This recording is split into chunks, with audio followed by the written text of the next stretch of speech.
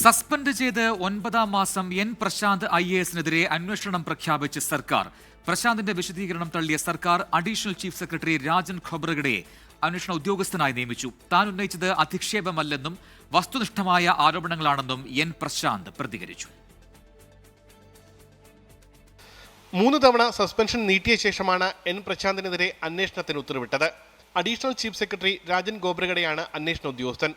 3 മാസത്തിനകം principal secretary Tinku ബിസ്വാളിന് report സമർപ്പിക്കാനാണ് ഉത്തരവ്. പ്രശാന്ത് കുറ്റപത്ര മെമ്മോയ്ക്ക് നൽകിയ മറുപടി തള്ളുന്നതായും അന്വേഷണ ഉത്തരവിലുണ്ട്.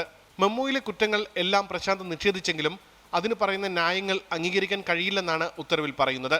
നിലവിലെ ചീഫ് സെക്രട്ടറി ഡോക്ടർ ജയതിലകിനെതിരെയും കെ ഗോപാലകൃഷ്ണൻ IAS-നെതിരെയും അഴിമതിയും ഗൂഢാലോചനയും ഉൾപ്പെടെ ആരോപിച്ചായിരുന്നു പ്രശാന്തിന്റെ ഫേസ്ബുക്ക് പോസ്റ്റ്.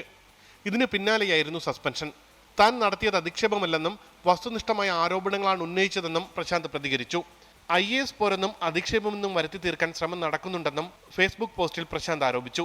ചീഫ് സെക്രട്ടറിക്ക് നേരിട്ട് റിപ്പോർട്ട് ചെയ്യേണ്ട കീഴുദ്യോഗസ്ഥരെ അന്വേഷണം ഏൽപ്പിച്ചതിനെതിരെയും ആക്ഷേപമുണ്ട്. 24 തിരുവനന്തപുരം.